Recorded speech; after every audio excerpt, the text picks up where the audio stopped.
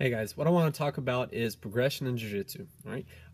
This past few months, I've noticed we've had a lot of new people start joining, and one of the main questions is, how do I get my blue belt? What does it take to get my blue belt? Well, I want to elaborate on these questions and just kind of talk about it.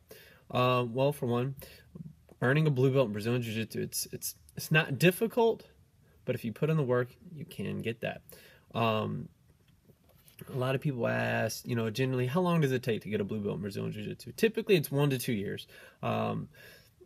Given the individual prior experience in martial arts and a grappling art per se, maybe shorter. For some, it may be longer, depending on their inconsistency or consistency.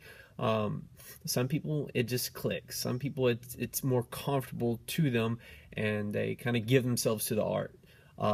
Some others, they may drift in and out, so their time may be extended a little bit. Some general things I do look for is knowing the technique, knowing how to explain the technique, and being able to apply the technique live. What I mean by the technique itself is simply understanding the timing, the leverage, and the control points behind any given movement, such as doing the armbar from guard.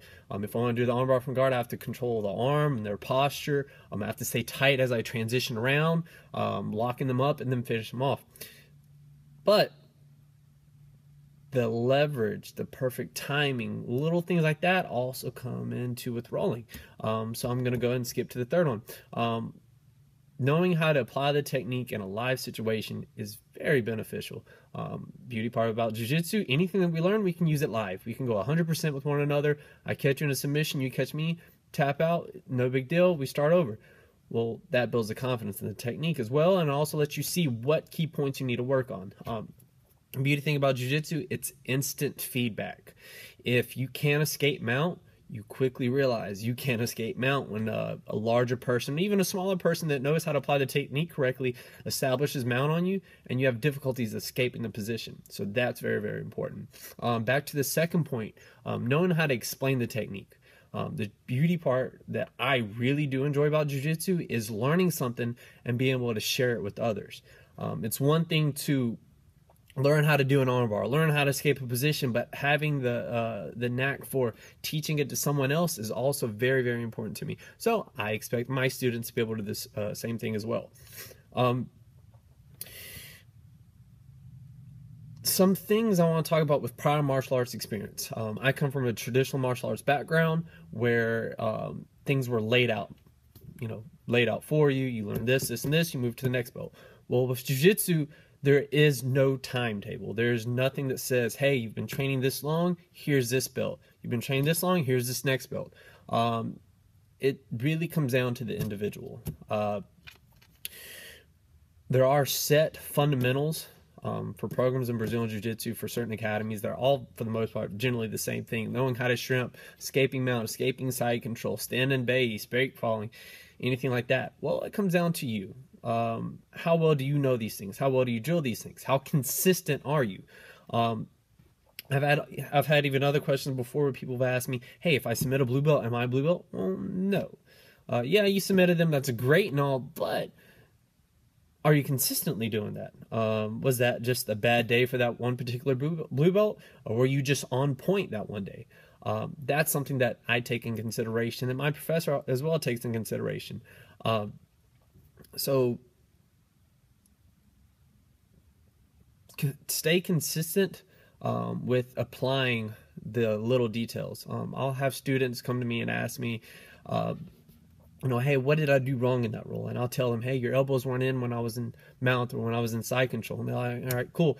Next roll, they do that, and then they expect, grace and praise. Yes, that's wonderful, but I want to see how well you can also do that later on.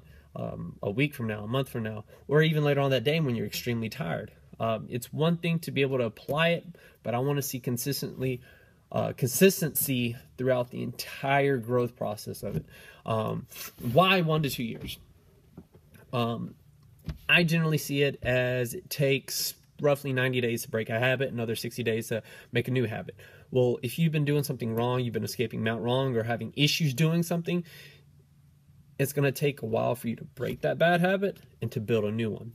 With the 60 days of building a habit, we all have learned, it takes about 10,000 reps to become good at something. Well, if you're not putting in the time, coming once a week or twice a week, and getting better with what's given to you, then how do you expect to progress in jiu-jitsu? Something else, I'll even elaborate on this: quality time versus amount of time on the mat. I've said this before and I'll say it again. I've seen students, I've had teammates that train where some train 4 days a week, and then I've seen others that train twice a week. You would think that the student that comes to the class 4 times a week is getting much better than the one that just comes twice a week. Well, let's just say that individual decides to play around the majority of the class, doesn't drill like they're supposed to.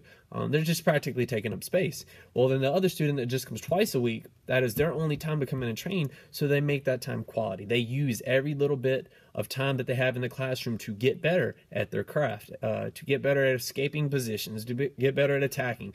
So don't compare yourself to someone else that's coming to class, someone else is doing something else. Generally, stay in your own lane. Focus on yourself. After all, the belt that you're given or the stripe that you're given, that's yours. It's nobody else's. The belt only covers 2 inches of your butt, so you have to cover the rest. I don't want personally have any of my students to be a one-trick pony, being able only to apply one technique, but it can't escape them out. So I want you to have an all-around game. Is your guard passing blue belt quality level? Is your guard game with sweeps and submissions blue belt quality level? Can you escape? That's very, very important, because what you have to remember is if you're lower rank rolling with the senior rank, you're for the most part going to be playing off your back. So I want to know, how well can you defend? Are your elbows in when they're supposed to? Are you shrimping the correct way? Are you turning the right way? You're always going to be forced into a defensive position. I've been training Brazilian Jiu-Jitsu for 8 years now. My professor, he's a first-degree black belt. Well, when I roll with him, as much as I attack my students, he attacks me, and it forces me to defend. So if I can't defend first, there's no way that I'll be able to attack later or even work whatever game I choose to work on. And with that also leads me into my next point. Ask for help. For all the beginners that are going through difficulties hitting the walls in training, I can promise you, anyone that has any color on their belt, any rank, they have gone through that. I know myself, at every point, white and hitting my purple belt, I wanted to quit jiu-jitsu. It's just difficult. It tests you mentally, physically, and emotionally. I've cried myself to sleep because I was struggling so bad in jiu-jitsu. There was a year-long streak where I didn't even win a single medal in a tournament. And in the following year, just because I kept grinding through it, I did wonderful. I've had beginners that get frustrated. They don't win a medal in their first match, or they get submitted quickly in their first class. It's going to happen. Just trust the process and keep at it. With that said, for the most part, I covered everything. If you need any help in class, be sure to ask. Private lessons always available. Open mats always available. If you can't always make every single class, make up for it by coming to an open mat on Friday, Saturday, or Sunday. It's probably the best thing. I consider it a study hall. What do you do in a study hall? You make use of the time that you're given. Great time to drill, great time to roll. It just helps you get better in the long run. With that said, I'll see you guys in class next time.